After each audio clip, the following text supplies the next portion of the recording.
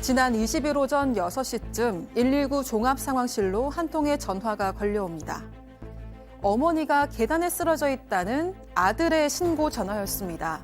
경찰은 아들의 신고를 근거로 발을 헛디뎌 넘어진 것으로 봤는데요. 하지만 시신에서 타살 흔적이 발견돼 살인사건으로 전환하게 됩니다. 그로부터 이틀 후 피의자를 특정해서 긴급 체포하게 되는데요. 피의자는 바로 최초 신고자였던 아들이었습니다.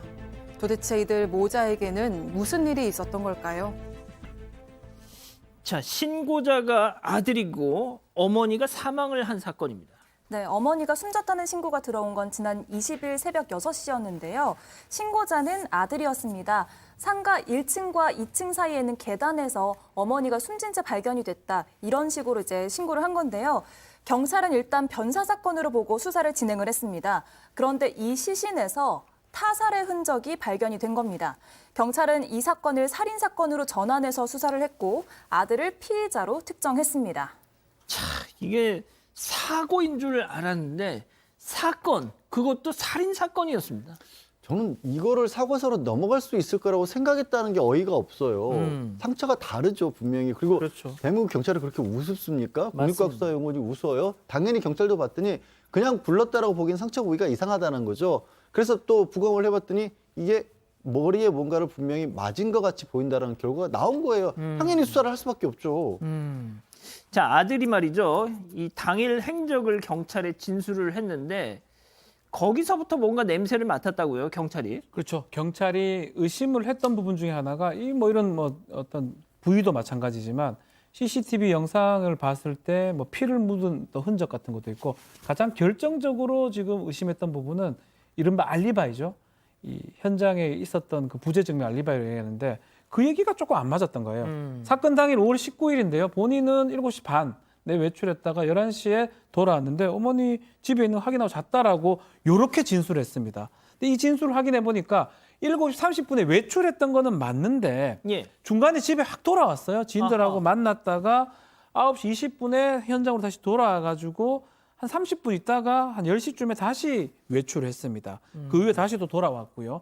그래서 본인이 얘기한 것처럼 11시쯤에 돌아와서 잤던 게 아니고 중간에 왔던 적도 있고요. 더 중요한 거는 CCTV나 영상을 확인해 보니까 당일날 오후 6시에 아들하고 어머니가 귀가한 이후에 아무도 그 상가에 들어온 사람이 없었다는 겁니다. 아하. 그런 걸 봤을 때는 가장 유력한 용의자로 이 아들을 특정을 했던 걸로 보입니다. 자, 그러니까 알리바이가 깨진 겁니다. 그리고 또 결정적인 증언까지 나왔다고 합니다. 세 번째 사건 체크포인트 짚어보죠. 아, 얼굴과 옷에 핏자국. 자, 그런데 저거를 누가 본 사람이 있었던 건가요? 아까 박 변호사님이 말씀 주신 대로 7시 30분에 1차 술자리가 있었는데 1차 술자리에 동석했던 친구가 이 남성 얼굴과 옷에 피가 묻었다라는 걸 진술합니다. 이러니까 이게 뭐지? 라고 생각하고 난 다음에 경찰이 CCTV를 착 당겨 오는 거죠. 근데 CCTV를 보니까 정말로 당시 모임을 마치고 귀가하기 전 아들의 상의, 하의에 그다음에 운동화에 피가 묻어 있었다는 걸 확인했습니다. 자, 처음에는 사고였다고 자기가 신고를 했던 거잖아요. 네. 그런데 이런 식의 속속 정황들이 드러나면서 당연히 범행을 시인할 수밖에 없었겠죠. 네, 그런데 처음에는 부인을 했는데요. 처음에는 아들이 어머니를 내가 죽이지 않았다 이렇게 부인을 한 겁니다. 그런데 아들 명의의 큰 채무가 발견이 됐는데요. 아들은 내가 해외 선물 투자를 하다가 4억 원 정도 빚을 졌다. 그런데 이 빚 때문에 아무리 그래도 어머니를 살해했겠느냐 이런 식으로 부인을 했습니다. 그러다가 결국엔 자신의 범행을 인정했는데요. 다만 계획살인이 아니라고 했습니다. 어머니랑 돈 문제로 다투다가 잘못 밀었다면서 우발적인 사고였다고 말한 겁니다. 흉기에 대한 진술도 계속해서 거부하고 있는데 아직 무엇으로 어머니를 사망케 했는지 증거물이 발견되지 않고 있습니다. 우발적인 범행이었다, 승 의원님. 네네. 지금 이 피의자가 진술하는 거는 방금 양 변호사님 말씀하신 대로 과학수사연구원에서 나온 부검 결과와 다른 거잖아요. 정말 우발적으로 이렇게 밀쳤다라고 하면 굴러떨어지는 그 상처가 나타나야 되는데 예. 머리 부분에 분명히 상처가 존재를 했고 그 상처는 분명히 우발적인 어떤 계단에서 추락을 하면서 나타나는 상처가 아니기 때문에 경찰도 이 부분을 주목하고 과실이 아니라 살인죄로 수사를 진행했다라고 봐야 할 것입니다. 예. 자, 그런데 여기서부터가 더 충격적입니다.